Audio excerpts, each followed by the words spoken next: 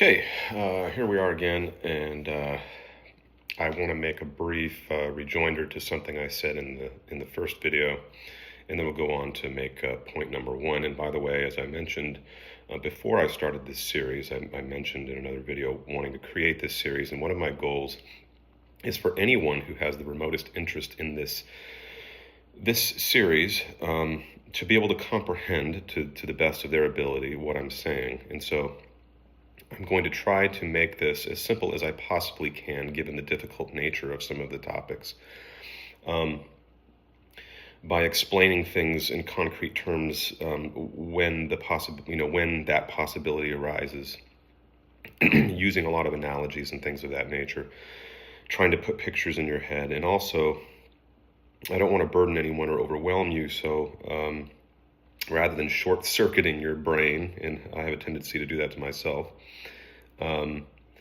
let's just make these videos, for the most part. There will be exceptions, but let's make most of these videos just a few minutes long, and have each video just build on the previous video. So each video will just look at them as a series of steps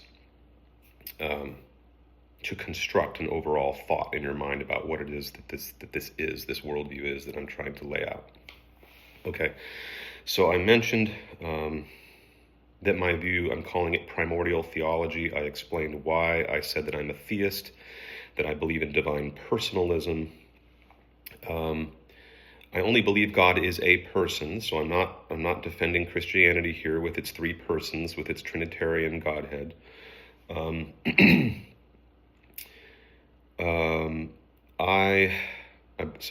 I believe God is a person, and I'm also a non-dualist. So by non-dualism, I mean, for example, speaking in ethical terms, that good and evil are not equal and opposite eternal forces. Ontologically speaking, and ontology has to do with the study of being, okay, or beingness. Ontologically speaking, I don't believe that God and the cosmos are separate things. So, whereas, for example, the Christian view says that God created the cosmos out of nothing, I would reject that. I don't see God and the cosmos being two separate things, or occupying two different places on the spectrum of ontology or being. I don't see them being two separate substances. I believe that the cosmos is of God's being. It is of his substance. I believe that God is, let me not go any further than that, because that's going to get us into another video. But another form of dualism I would reject is the Platonic form of dualism, in which the cosmos is itself a shadow or copy of a higher, transcendent, uncaused, uncreated world, eternal world. I've said before that there is no way to breach those two, there's no way to link or to bind those two worlds, because they are infinitely separate. There's no way to, even if you want to introduce this concept of emanationism, where this world of shadows and copies sort of emanates from this higher transcendent realm of Plato, that's not possible. When one of those worlds is contingent and temporal and the other is non-contingent and eternal, that is an infinite gap, an infinite chasm that can't be linked by introducing emanation, or by introducing, like the Eastern Orthodox Christian tradition does, it introduces what's called the uncreated energies. You can neither posit something created, nor something uncreated, nor a combination of the two things, is that which somehow can link the uncreated and the created, because now you're just taking two of the same type of thing and trying to use it to bond the thing that we're trying, that is already separated due to their two completely estranged natures. So you can't take these two estranged natures and come up with another version of one of those two things, or a combination of those two things, and expect to heal that breach. So that's another sense, that's another form of dualism that I reject. There are other forms too, such as the body-soul division, which is actually not, the Christian world does not embrace that, although it does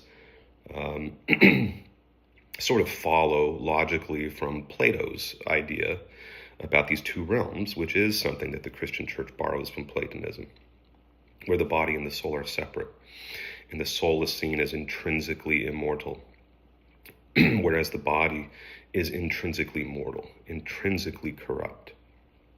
I would say that the soul has, or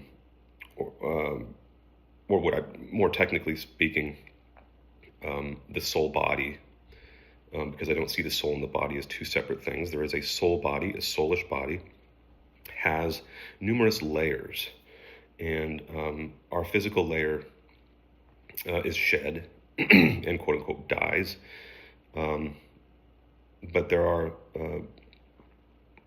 the soul has other bodily layers, and so we are never we are never disembodied. We're never ever disembodied. So I would say that separation, positing a separation like that, is definitely an incoherent and untenable one for philosophy and for theology, and certainly for the worldview I'm going to be unfolding as we go. But for this video, the first point I want to make I simply want to assert that God is a person, and that which goes to his oneness, or his singular nature. And I also want to say that without explaining what they are, because we'll do that in the next video, that person is constituted by more than one thing. It's constituted by two things in particular. And so the very thing that constitutes the unity of God is plurality itself. And so plurality and unity cannot be separated into a dualism of their own. Since plurality constitutes unity, we can't even separate those two concepts. And let me just say before closing, and as I said before, I will identify what those two things are in the next video. So when I say God is a person, what I don't mean is that God is an individualized thing, or an individualized entity. He cannot be, I say he, you can also say she. I believe God is a polarity of masculine and feminine.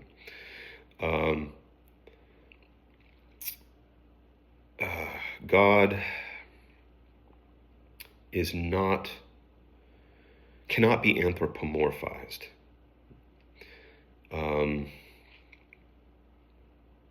So we are localized or individualized images of what God is in his infiniteness. And I'll close there and explain what I mean by that in the next video.